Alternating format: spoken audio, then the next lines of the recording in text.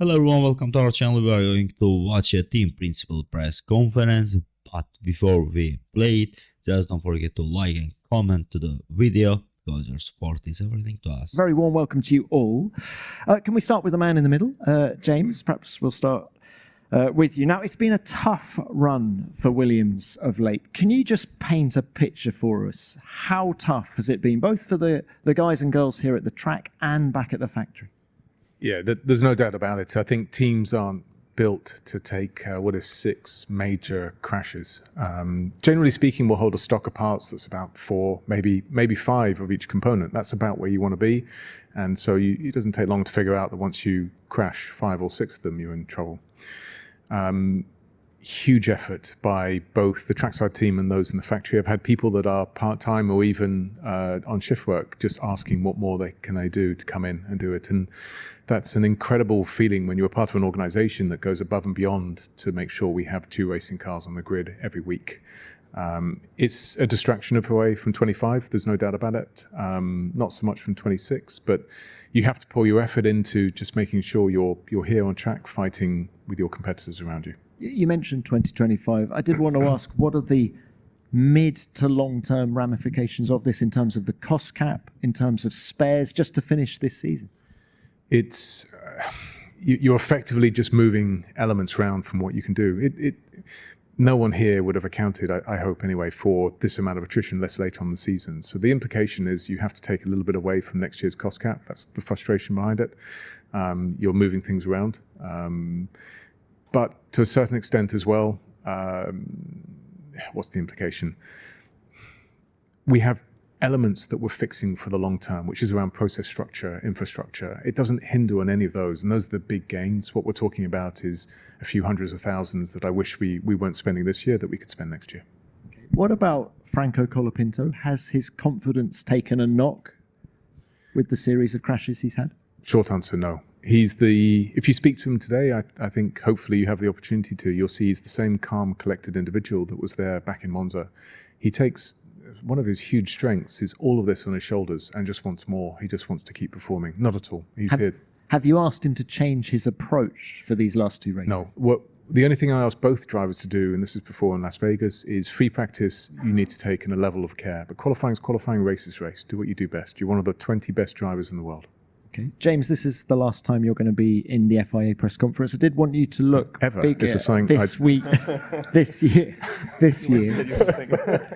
I'll make sure you're in for Australia next year, just to start as we mean to go on. But can we look back just at 2024? Alex Albon said yesterday that the season has been better than it looks on paper. Do you agree with him? Yeah, I mean, ultimately, the position of the championship's the position of the championship. But we have a car that's able to, since we've updated it, fight for qualifying 3. We had a car that in Brazil was still up there in that top 3 position before we crashed. We had a lap in Vegas from Franco that we started far too close to a car behind, but we were doing a lap time that would have been faster than Gasly. So the pace of the car's there, which is what Alex was reflecting on. But with 15, I think it is, crashes this year, we've had a lot of focus more on just getting ourselves back on the grid rather than striving forward. And as we discussed at the beginning of the year, we made some monumental changes in what we're doing internally, and by the way, still are. But the resultant of that was we didn't produce a car on the weight limit, which really hurt us in that first part of the year. So I think it's fair to say there's more progress than the championship position would highlight, but ultimately we're adjudicated by where we are in the championship. All right. Yeah, he's saying that the car was much faster. Okay, I agree with him.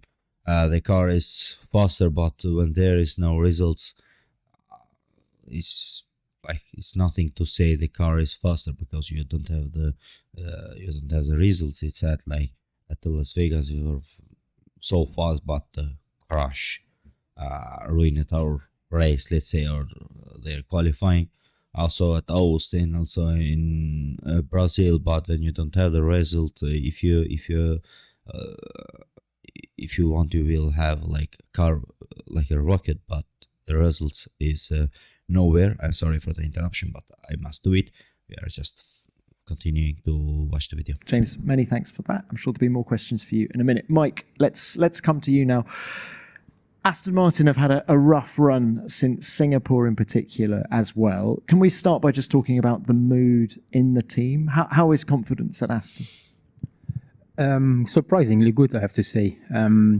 We are realistic. We know, or let's say we are not trying to hide the facts where we are with the car, with the performance, and then it's a matter of communicating this appropriately. And Formula One teams, then they always try to get the maximum of what they have, whatever it is. And there is nobody that is down on this.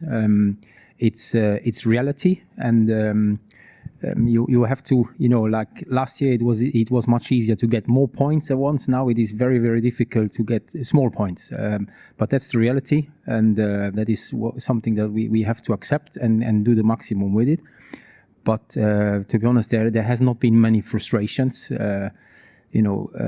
As James was saying, for Franco, for example, you have to put these things behind and look forward all the time, because if you dwell too much in the past, then you become frustrated. But you can learn from the past, can't you? And have the recent difficulties come as a surprise to the team? Well, the surprises come, when you try to upgrade the car and you do not see the performance improvement. That is a surprise, because you want to improve it and it doesn't improve. Then you have to obviously question how you have done it, and if you should have done it differently. So the answer is yes, that it comes as a surprise, because nobody wants to upgrade the car with stuff that doesn't work. So at the end of the day, yes. I'm sorry, you can improve nothing with Lance Stroll. Talk about Dan Fallows. He's been moved off F1 projects at Aston. Is that linked to the lack of development with the car? Well, I think, we spoke about the result just now with James. The only thing that matters is the result and the performance at the end. And if the performance is not there, there is change. That is, I think, normal in our business. We are all this is not different in any professional sport. If the performance doesn't come, then the team decides to make changes, and this is the case. What about? Yeah, but why you are not doing a change with Lance Stroll? I don't believe this kind of words. About the drivers, how have they dealt with the difficulties of recent? Well, I think, hats off to both our drivers. They have not accepted, but they're challenging us internally, but externally they are excellent team players, and this is of great help, obviously, because if the difficulties are taken to the outside, it gets much more difficult. So they have really conducted themselves remarkably well. It's frustrating for them as well. We came from a good start in 23, and since it has not really progressed. And they have the microphone in front of them each time they get out of the car and are being confronted with negative questions, which is normal. And when you have adrenaline and these kind of things, it's very difficult to stay positive, which they have done. So, credit to them.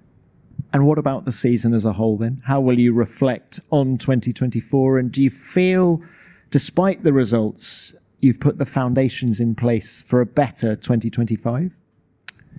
Yeah, I think the answer to the first question is we cannot be happy with our season. We started the year in a position where we finished the previous one.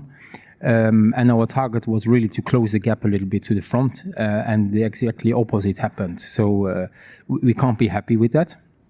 Then it is clear that more buildings have come into service. More tools are coming into service. Not everything is ready yet. So yes, the foundations are being built in the background.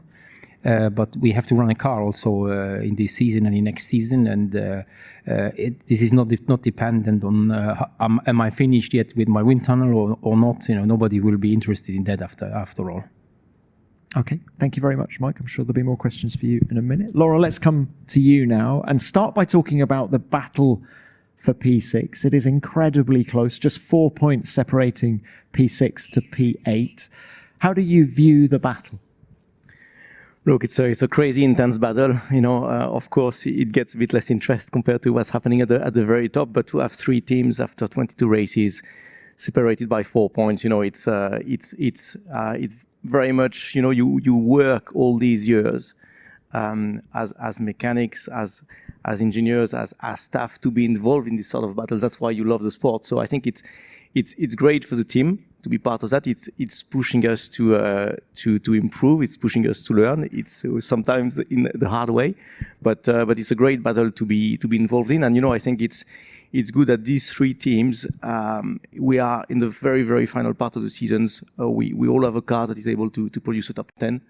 So, everybody has been trying to develop their cars throughout the whole seasons. And the fact that at the very end of that, we have a car that is able to fight for P10 is a good sign. So I don't know how it will finish in Abu Dhabi, but for sure in terms of the team growing through that battle, it was extremely helpful. And what has been your message to the team and to the drivers going into these last couple of races? The message is that we try to focus on ourselves. It will be easy to get a bit obsessed with where is Haas or where is Alpine as we go into these last two races. But the truth is, if we extract all the performance of the car, if we really nail the weekend as Team Plus drivers, then we will beat these guys by a very, very tiny margin, not by 0.2, not by 0.1. We'll probably only beat them by a few hundreds if we nail everything. So the message that we all try to go with is, let's focus on ourselves, let's extract everything so that on Sunday night we can look at each other's eyes and know that we got everything out of it. And then the classifications will be a consequence of that. And when you look at the classification at the end of the year, whether you finish P6 or P8 is a very different message, isn't it? How will you reflect on this year, irrespective of the classification? In a competitive sport, it's very difficult not to consider the classifications. But you're right. There were a much bigger pictures for us in 2024. It was the year one of this new project. We have tried to build these stronger foundations for the futures, and in the middle of that, we were involved in that fantastic battle for the top of the midfield. So we tried to separate both elements, as James and Mike mentioned. We have made as well fairly large change in the company to try to future-proof it, to try to be able to be credible in the futures, fighting for the top of the midfield. And as we were doing that, we also had to race every 2 weeks and get into this year fight. So I think there is, again, a lot of positives from this year, from the way the team has grown, from the way the team has taken that battle, for the changes that we have been making for the years to come. And hopefully the end result will also give us a sign that we are going into the right direction. Quick word on the drivers. Let's start with Yuki. Points in the last couple of races. Is he impressing you as much now as he did earlier on in the season? Of course he is. Yuki qualified P7 last week on the dry. He qualified P3 the week before in Brazil on the wet. So of course, if you look at the driver's performance, it very much followed the team's performance through the year. We had a slow start and a fantastic string of races, and then a more difficult time when we hit some issues with our development, and then finally we managed to put the car back in the right windows for this final part of the season. And the drivers the drivers' results have been following that. But when I see Yuki again performing at that level like he did in the last few races, I think it was altogether an outstanding season from his side. I think he has made a step this season that nobody could forecast, and it's something he should be proud of. And he's testing for Red Bull Racing next week. Do you expect him to excel in that test? And if a space becomes available, do you think he's ready to make the step up? Well, I think a guy at that level that has been scoring the amount of points he scored today, this year, a guy that has put the car in P7 or in P3 in the last two races, qualifying, of course, I think he's ready to get a faster car. We are hoping to provide him with this faster car, but of course, I think he's ready for a faster car and a faster team or a bigger team. So the short answer is yes. And as for the test he will do with them, I think it's been very important for our drivers to get a chance into the bigger team, into our brother team. It's one of our key DNA aspects for this team to be able to grow our drivers and to make them attractive enough so that Red Bull Racing and want to have them. So we are very happy that he has this test, and I'm confident he will perform well. Right, Laurent, thank you for that. Let's now open this to the floor as ever. Name and publication, please. Who's first? Adam. Adam Cooper, F1 for all three of you. The 11th team for 26 was confirmed this week. What are your thoughts on that? Is your share of the dilution fee enough to compensate for the extra competition, for prize money, for sponsors, for staff, and even for drivers? Mike, let's start with you. Well, this came a little bit by surprise, or came a little bit unexpected. And I do not have so much information about it, to be honest. So I think we have to trust F1 there, FIA, how this is going to go. I don't know about what payments are being made or have to be made. I think this will have to be defined going forward. So yeah, I can't say much except that, we will have to trust F1 that this is going the way it should go. James, please. I think, first of all, it's a sign of how well the sport is doing that we have a major OEM like GM joining us. I think it's just a sign of the growth, a sign of where Formula One is going. I don't think there's actually any defined amount of dilution fee. I think that's a part of the 26 Concord, which hasn't been ratified at this point. What I've said all the way through is it will have financial loss for existing teams. What we have to do now is grow the sport sufficiently, and FOM need to be aware of that in order to make things good for everyone. I mean, echoing what James said, I think altogether it's a fantastic sign for the sport. It's going to be pretty much all car manufacturers probably, except for Williams and us. Even Haas is also linked to car manufacturers now. So it's a battle of giants, and it's another sign that the sport is going toward the direction of battle of giants. And the details of the financials, they are still under discussions, and hopefully they become small in the big pictures of where the sport can go for its next level. Okay, thanks all. Next one, Luke, please. Yeah.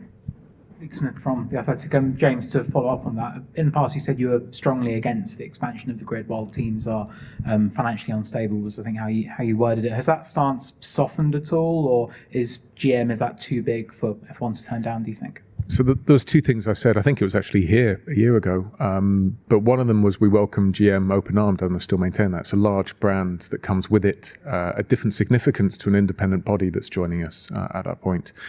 What I still maintain, and it's there, and it's in the answer to the previous question, is this will have a large financial impact on existing teams, but Formula One are aware, and it's down to them to put forward a correct proposal. Okay, thanks for that. Next one, yep. Stuart Codling, GP Racing. Question for James. I hope this isn't the last one I get to ask you in a press conference. What has happened? Is there something I need to know about? You might think the otherwise after I finished asking it, but Rebecca certainly will. Lots of interest in Franco at the moment, obviously, probably more than you expected. What are the challenges going to be in terms of developing a driver like that when you don't have a race seat for them? And linked to that, what are the challenges of ensuring that other interested parties keep their hands off him? Other than, I don't know, putting snipers on the roof of the factory to catch Christian Horner out as he sneaks in under cover of darkness. Wow, this is taking a turn, this press conference. Answering that one, if Franco is not in a racing seat next year, we'll have a historic car to your car. He'll be running that plenty in order to get him up to speed. I've done this before in a previous life with Esteban when he took a year out, and you're able to effectively, Esteban's here today and still a strong driver. There are things we can do effectively around it to maintain his strength. There is interest, but more than that, I can't really say at this point in time. I think those teams need to figure out what seats they have and don't have going into next year before we can ascertain where he's going, if he's going there. Thank you. Yeah, at the front. Erwin Jeggi, Motorsport.com. Question for James. Franco told TV after the race in Vegas that he actually suffered a concussion from his crash in qualifying. Can you clarify that? And how worried were you that he wasn't able to race in Vegas? I I don't think there was a formal concussion check done as a result of it. What I can say is that we asked the medical team to assess him the following day. Once he's had a night's rest, they assessed him in a number of different ways and cleared him to race as a result of it. What I would say is the FI did a brilliant job because it's a massive hit. 50G is just enormous. And what I wanted to make sure is before we put someone back in the car that they were completely cleared and fit in that regard. And for Franco, it's probably the largest single accident he's ever suffered by a long way in his life as a result of it. For me, the more important thing is that he's healthy and good. I think in the race you saw he did a good job. It's always hard when you start from the back, but he was fighting his way back through the field. I don't think we quite had everything right with the car there, and the car wasn't really the best we've ever particularly made. Yeah, that's pretty much it. The main thing is he was cleared to race by the FI the following day. Thanks, James. Yeah, Chris. Chris Medland from Racer. Question to all three again, just going back to the GM stuff. What has Formula One told you, if anything, is different about the current entry effort, aside from the name change? Laurent, let's start with you this time. Well, I think what they told us is what you have seen in the release. Really, General Motors is coming with their Cadillac brand and with the commitment to do their own PU. And pretty much once you have said that, I think it was pretty obvious in the room or in the virtual room that it's something it will be very difficult to say no to. I think that was it. We found out pretty much when you found out with the same news. They're coming with their own power unit towards the end of this regulation set. That's about all we know on that one. And it isn't the same proposition that was there before, in as much as there's a serious commitment and amount of investment going behind it. More than that, we know more than you do. Mike, anything? Yeah, I can only echo. I think the big difference is here that we have a big OEM committing, like Laurent said, with the PU. So maybe the boundary conditions have changed a little bit, and this led to the change. So, yeah. Okay, thanks all. Johnny, let's go to you next. John Noble from Autosport and Motorsport.com. To Laurent, you're singing the praises of Yuki, but it's long been out that Red Bull is sceptical about his consistency, his technical feedback, his temperament, his kind of radio messages. Do you think their scepticism is fair? Is it based on how he was in the past? And do you think he's now in a position to wipe away their doubts? All I can tell you is that the steps he has been doing this year have been, I think, a surprise to everyone, and hopefully the surprise has also been for Red Bull Racing. And I think we are in a business where everybody looks at the results, and the second the driver starts to perform or to outperform compared to the expectations, and everybody will then change their opinions very, very fast. So I think for Yuki, it's all about continuing to perform at a mega high level on the track. And, we are all very quick to change our mind as soon as we see a guy performing. And I think it's good news for the sport.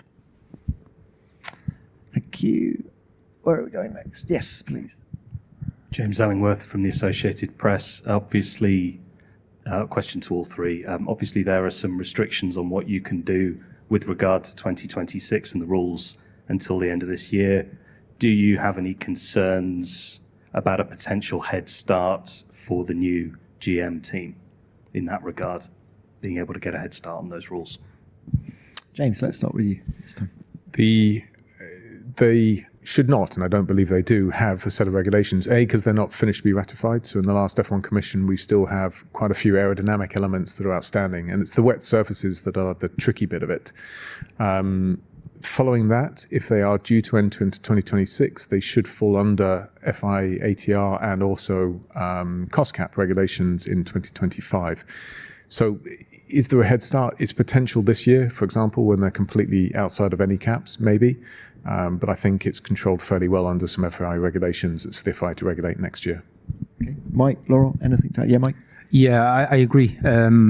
I think it's a monumental task to try now setting up a team for 2026 with also a complete different set of regulations. So there is also no governance around the time before N-12, so to say. Yeah? So whatever anyone does before that is up to him, the FIA, or nobody has any means to regulate that. But then I think from January 1, it's only 12 months to set all this up and make a car. I think that is a big task. So even if there was a small head start, I think it will balance out very quickly. It was very well explained. I think as much as you can consider 2024 as being a space where you could have a head start, by the time January 1st turns up, then everything will be well controlled by the regulations, and the task is still huge after that. Okay. Thanks all. Where should we go? Adam, back to you. Adam Cooper F1 again. For all three of you, there's been a lot of turbulence around the FIA recently in terms of key people leaving, and not just the ones in the last couple of weeks that we've heard about. Do you have any concerns about that trend and the lack of continuity? And are you guys being kept informed about what's happening, or do you find out from the media? Laurent, please. No, we haven't had any specific communications. Certainly not for all of them. When it comes to the functions that are closer to us, we have been informed by the FIA. So typically for the race directors, Nicolas had informed the teams of the change that was going to happen.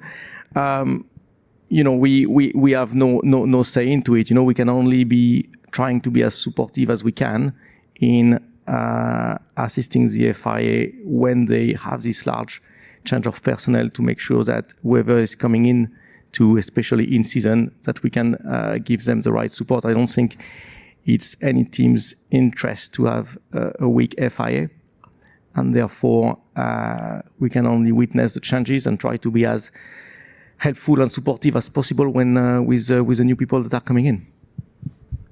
I think nothing more to add. That well said. Okay, Mike. No, nothing to add. Okay, thanks all. Johnny, let's go back to you, please. John Neville, Sport and Motorsport.com. To Mike, you obviously got some bright long-term future plans in place with the wind tunnel and simulator, Adrian Newey, Enrique Cardier, the factory, but the impact of that's not going to be felt for a while. What is the reality of your kind of potential the start of next season? Do you think it will be a continuation of where you are now, or do you think there is enough already in the system to make a step into 25? I think it's the last year of these wrecks. I think by now everybody should know what he has to do to make the car better.